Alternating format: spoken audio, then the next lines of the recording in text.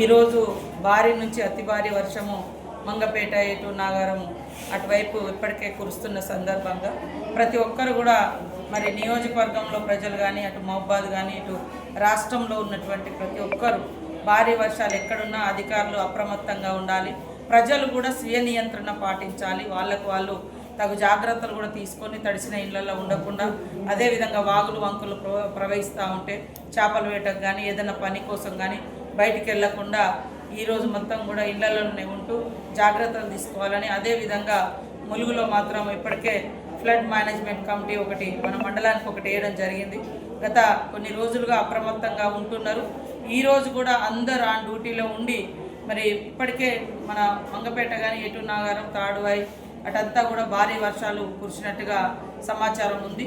అక్కడ ప్రజలను కూడా సురక్షిత ప్రాంతాలకు తరలించండి.